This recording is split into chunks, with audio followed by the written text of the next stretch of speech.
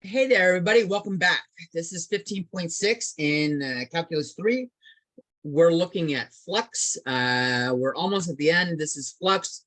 We're doing the divergence theorem in 15.7 and Stokes theorem in 15.8, and that'll be our new content. All right, so flux. Let's talk about what's going on here. We've been working in vector fields a lot in chapter 15, and we want to look at it. So vector is a direction and magnitude. Excellent at representing things that move, like velocity. So we're looking at things that move or flow. So general fluid elements follow along streamlines that are tangent to the flow. So like if this is a pipe, water going through it, if there was a dust mote or something, a particle in it, it's going to flow with the water at the rate of the water. If it's going through a pipe, we could have some surface at the end. And it doesn't have to have anything in the way. It could be a clear surface that does not impede flow or anything like that. We're just measuring how much goes through it, like how much water comes out the end of the pipe. We've got the same thing that goes on with charged particles. For a positive particle, we have outward flow. It's a repulsive force. And for negative charges, we have inward flow. So if we're looking at a surface for something like that, we might make a sphere around the particle and go, how much is flowing entirely outward? And then like for, if we're looking at two particles together, maybe we have an infinite line between them and going, how much interaction or charge flow goes between those.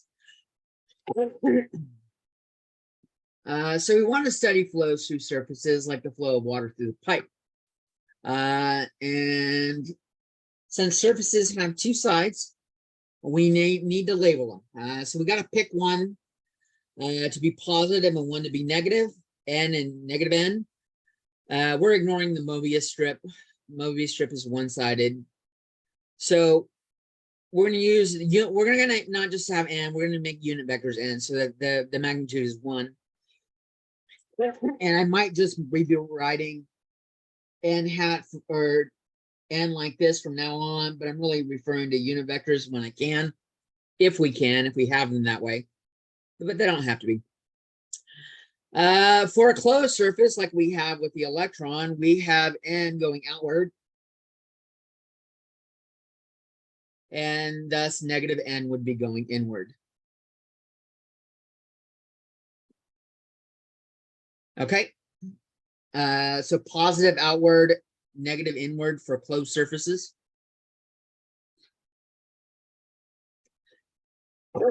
Recall for surfaces we had when we were working with vectors, we did RU cross RV divided by the magnitude of RU cross RV for N to get our unit vector. So let's go back to our flow example in a pipe. We've got a fluid with some density rho, and it's got a velocity v, and it's passing through this surface, through this end of this pipe. It's intangible. It doesn't stop the flow. We're just looking for how much water is going through it, like a fine mesh net on a sink, or like something like that, something that's not slowing water down. Now we use the term fluid to describe a lot of things, liquids, gases, and plasmas, amongst other things. For liquids, the density isn't changing, so it's called incompressible. And since gases can be compressed to smaller things, they are called compressible. For these and going forward here, we're going to assume incompressible fluids. And we can test that for divergence if it equals 0. If it equals 0 everywhere, it's incompressible, which means there's not more going out than in, or vice versa. We're also going to assume a steady state flow where the change in velocity is 0. So this helps. In graduate work, if you go into this area, you will look at things where it's not or they are compressible, or the steady state is not assumed. So the fluid flowing through the end of the pipe, it's got some rate of flow. It's the mass of the flow, volume of water coming out over a certain amount of time. So we want to like use a unit length of time. And the pipe could be really small or really big. So we want to use a unit area. So the flow, to measure the flow rate, not necessarily the mass that's coming out. The flow rate will be per unit time, per unit area, and is the mass. And that way, density is mass over volume,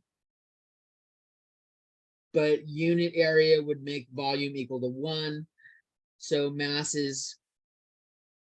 has a direct relationship to the density and times the amount that's going through the pipe.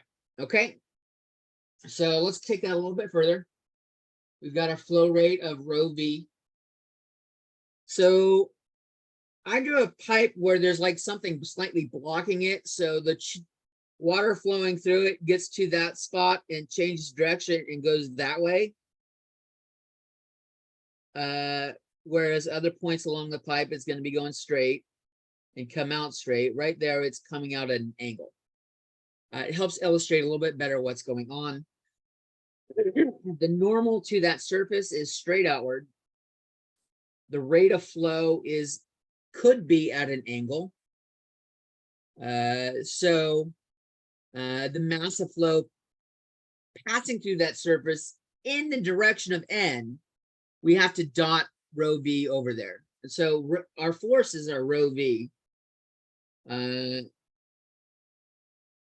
once we've done that, we can integrate it across the surface. So I said ij for any given unit block along this surface right here.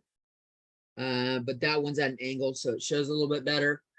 So we're integrating rho times the velocity dotted with the normal vector over the area. This is called flux. The surface integral of F over S is called the flux of F across S. We see it a couple different ways. We see F dot N ds, which is the appropriate way. You will see shorthand notation sometimes with F dot ds, where it's implied that the N is part of this, especially if it's a unit vector. Piece.